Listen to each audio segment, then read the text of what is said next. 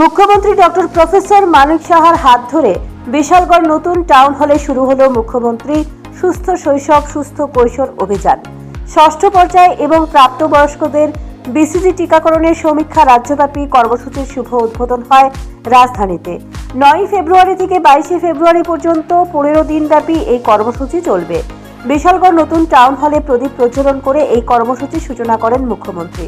এই অনুষ্ঠানে উপস্থিত ছিলেন সিপাহীজলা জেলা পরিষদের সভাধিপতি সুপ্রিয়া দাস দত্ত, বিশালগড় বিধানসভা কেন্দ্রের বিধায়ক Sushanta Deb, TIDC chairman Nabadal Banik, NHM এর mission director DK Chakma, Sepahijala জেলা শাসক নাগেশ কুমার বি, বিশিষ্ট সমাজসেবী গৌরাঙ্গ ভৌমিক, জেলা পুলিশ সুপার বিজে রেড্ডি, বিশালগড় পৌর পরিষদের চেয়ারম্যান অঞ্জন পুরকায়স্থ সহ অন্যান্য অতিথিরা।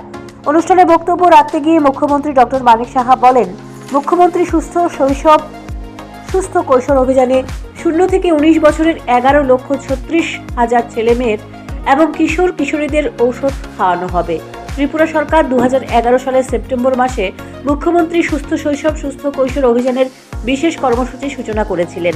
ষষ্ঠ পর্যায়ে আগামী 9 ফেব্রুয়ারি থেকে 13 ফেব্রুয়ারি 2024 পর্যন্ত বিভিন্ন প্রতিষ্ঠান, অঙ্গনওয়াড়ি কেন্দ্র, ডিগ্রি কলেজ, আইটিআই, কারিগরি শিক্ষা কেন্দ্র এবং অন্যান্য শিক্ষা কেন্দ্রে ছেলে মেয়েদের ঔষধ বিতরণ করা হবে।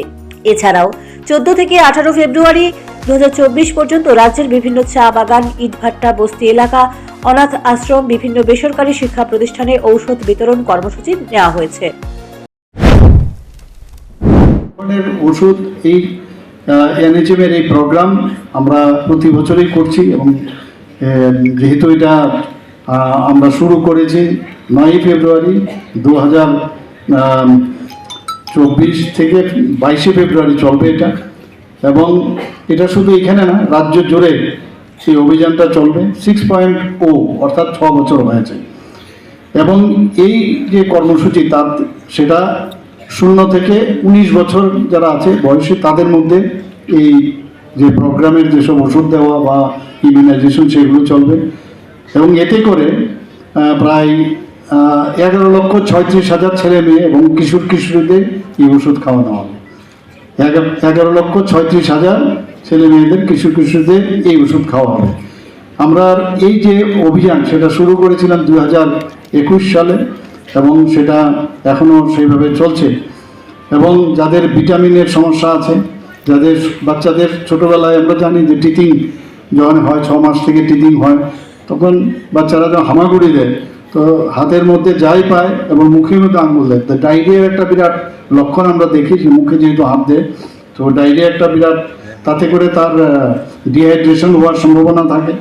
আয়রন এবং ফলিক অ্যাসিডের অভাব যাদের আছে তাদের সেইভাবে সাপ্লিমেন্ট করা হয় এবং যারা রক্তাল্পতায় ভোগে তাদের আয়রন ট্যাবলেট দিলে কিশোরী বাচ্চাদের তাদের অপুষ্টি থাকবে না এবং ভালো থাকবে এবং যে ইনফেকশনের এগেইনস্টে তারা ফাইট করতে পারবে।